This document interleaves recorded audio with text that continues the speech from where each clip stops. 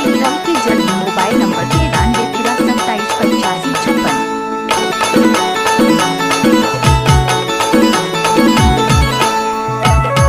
तोर बही की बोटा कड़ा हवे वो दूसर लेबो चल दूसर लेबो बाई जाबो बाजार दूसर लेबो रे चल दूसर लेबो नोनी जाबो बाजार दूसर लेबो रे। अच्छा तोरी मुड़े के तो फिर हवे गाना वाले गो गाना वाले गो जाबो बाजार ना वाले गो गाना वाले गो जाबो बाजार ना वाले गो या चल ना वाले बो बाई जाबो बाजार ना वाले बो रे। गाना वाले गो जाबो बाजार ना वाले गो या एक बार मोर संग नाच के तो देख। टाइम लगता है ना वो। डीजे हीरो की जड़ी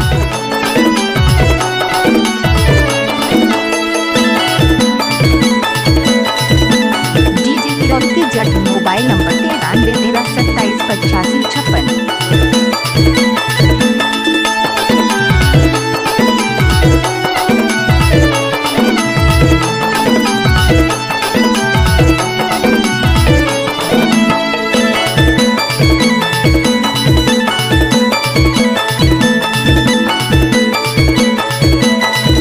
डीजे हीरो की जड़ी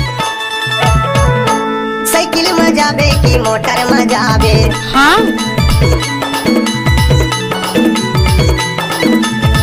मोटर में नहीं जा डीजे हीरो की जड़ी साइकिल में जाबे की मोटर में जाबे साइकिल में नहीं जा चल दूसर लेबो बाई जाबो बाजार दूसर लेबो रे। काय लेबे? चल दूसर लेबो नोनी जाबो बाजार दूसर लेबो रे। क्या? गाना वाले गो जाबो बाजार ना वाले गो डीजे हीरो की जड़ी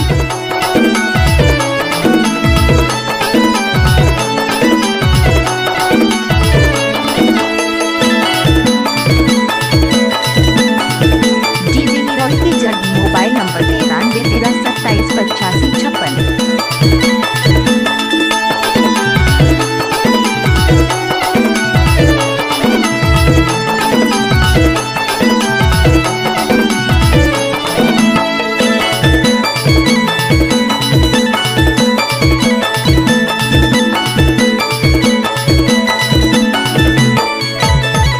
डीजे हीरो की जड़ी बहुतला लेबे की बहुतिला लेबे क्या?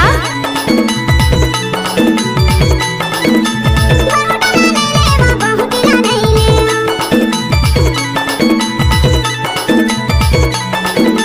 हरैया लेबे की ऐठिला लेबे ठेला नहीं ले चल दूसर लेबो बाई जाबो बाजार दूसर लेबो रे।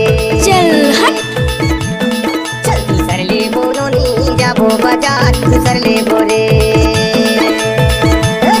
गाना वाले गो जाबो बाजार ना वाले गो चलना वाले बोरे गाना वाले गो चलना वाले बोरे गाना वाले गो चल दूसर लेबो ना गाना वाले गो डीजे हीरो की जड़ी चल दूसर लेबो ना गाना वाले गो चल दूसर लेबो ना।